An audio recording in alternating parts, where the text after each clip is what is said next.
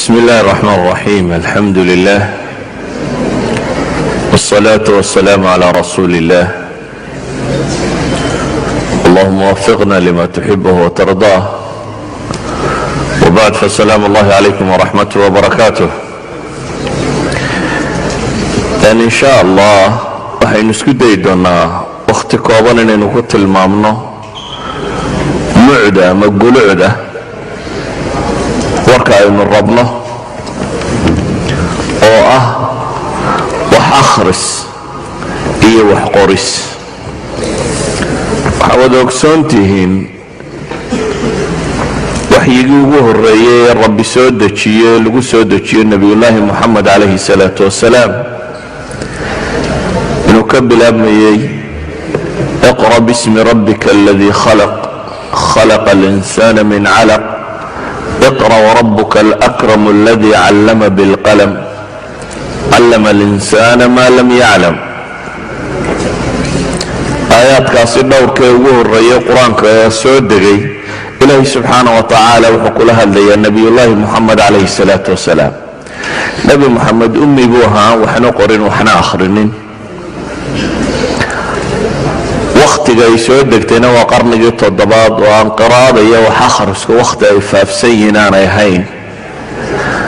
haddana min bayn alkalimaat uu qur-aanku ka kooban yahay ilaahay wuxuu ka doortay eraygaa iqra inuu ka bilaabmo waxyigii uu loo soo dhiibay nebi moxamed calayhi salaatu wasalaam. isla aayaddaasi laba jeer ama aayaadkaasi laba jeer bay kelimatu iqra ku soo aroortay.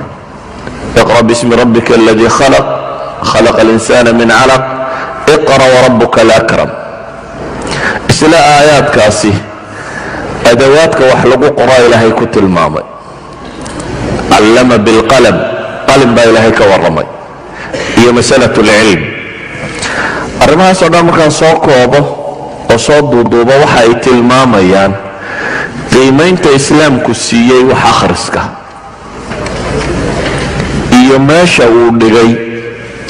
aayad badan oo qur-aan oo kalena ilaahay uu ku tilmaamayaa wax akhriska iyo wax qoristo ay ka mid tahay iyana aayaadkii ugu horeeyey ee kuwa ku dhadhawaayay waxyiga soo degay nuun waalqalam wamaa yasturuun. ilahay wuxuu ku dhaaranayaa qalinka iyo waxa la qoro. waxaa ka mid a faqra'u maa tayasara min. waxaa ka mid a walyaktub kaatibun baynakum. yacni ilaahay subxaana wa tacaala qur-aan badan buu kaga warramayaa masaladatan. markaan isku dayo markaa dhowr jaanib inaan ka warramo. ugu horreyn waxaan ka warrami doonaa qiraa'ada iyo umamku siday u arkaan. ummadda wax akhridaa bay idhaahdaan waa ummad koraysa ama hore u socota. umamka koraya maantana ama horumarka la sheegayay xadaaradeed gaadhayna waxyaabaha lagu yaqaanay caanka ku yihiin waxaa ka mid ah inay aqoonta siiyaan maalgelin fiican ama aqoonta inay maal gashadaan. umamka dib u dhacay maanta dunida waxa lagu yaqaano waxaa ka mid ah inay waxbarista iyo aqoonta waxa ugu yargeliyaan. ikhwati fi lcaqiida waxaan leenahay qiraa'adu waxay culammadu yidhaha waa ghidaaun lilcaql. waa cunada ama fuudka ama raashinka la siiya caqliga bini aadamka ah. waxaa la yidhaha waa rafcun liljahl. waa qofku aqoon darro iska fogeeyey. waxaa lagu tilmaamaa waa tawsiicun lilmadaarik. waa garaadka qofka bini aadamka garashadiisa iyo garaadkiisa oo la ballaarinayo. waxaa lagu tilmaamaa inay tahay imtaacun linufuus. waa waxyaabo qofku uu ku madadaasho oo wakhtiyadiisa faadiga uu yahay uu nafta ugu raaxeeyo. waxay yidhahdaan waa tasafux licuquuli rijaal.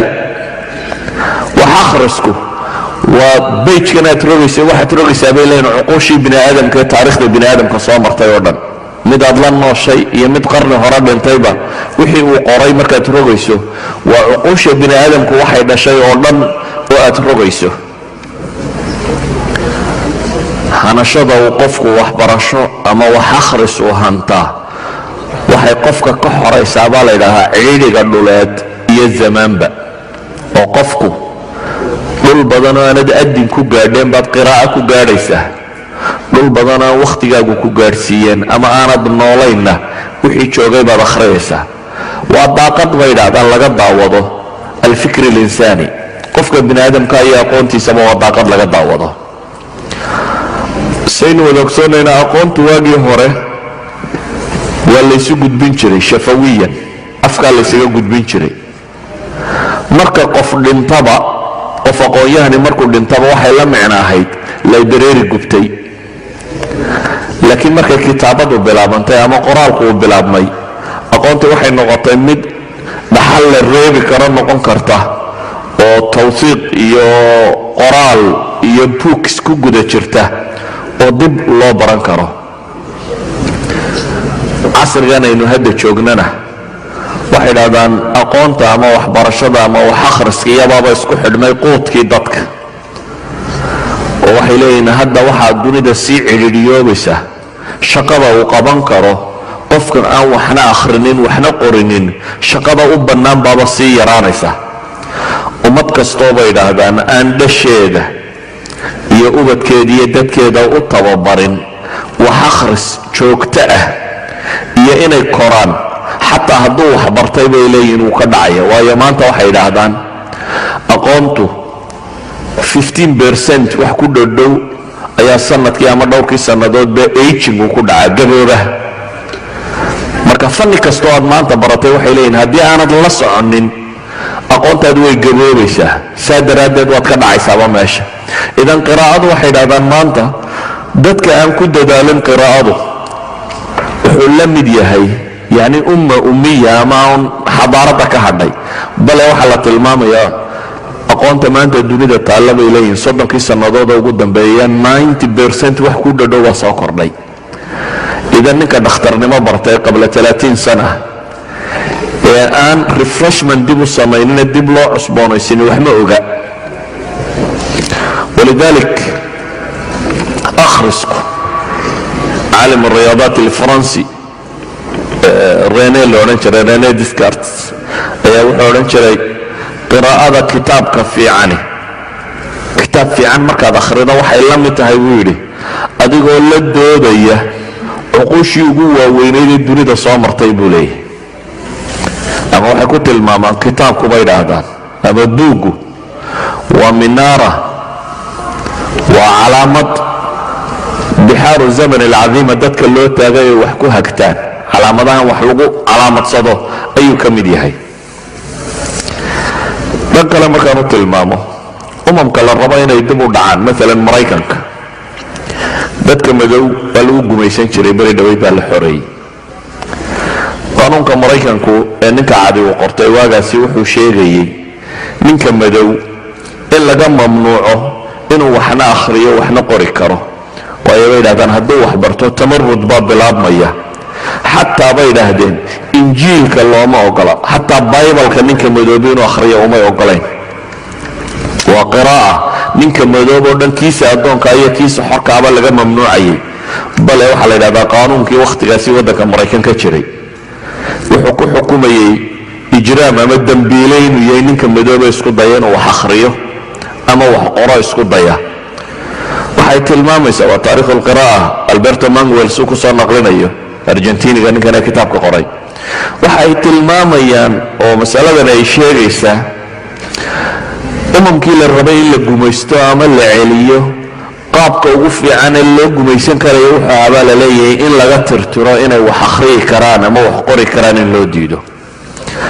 maantana waxaynu naqaanaa umamku siday u kala horeeyaan in lagu qiimeeyo marar badan illiteracyga ama wax qoraan la'aanka iyo wax akhris la'aanka. waxaad sawirtaa maanta idinkoo denmark jooga oo aan wax la akhrinin, bal sawir iyadoo aan qofku aanu akhriyi karaynin waddada boodharka ku qoran ama khariidadaha maabiska meelaha yaalla ama raashinka waxa ku dul qoran ama daawada waraaqda yare dusha kaga qoran ama alaabtaad soo iibsanayso waraaqahan yaryare la socda. dadku aan wax akhri karin, yani noloshu may kala socoteen weeyaan. qiraa'adu marka waxaynu tilmaamaynaa inay ka mid tahay waxyaabaha ugu muhiimsan ee nolosha.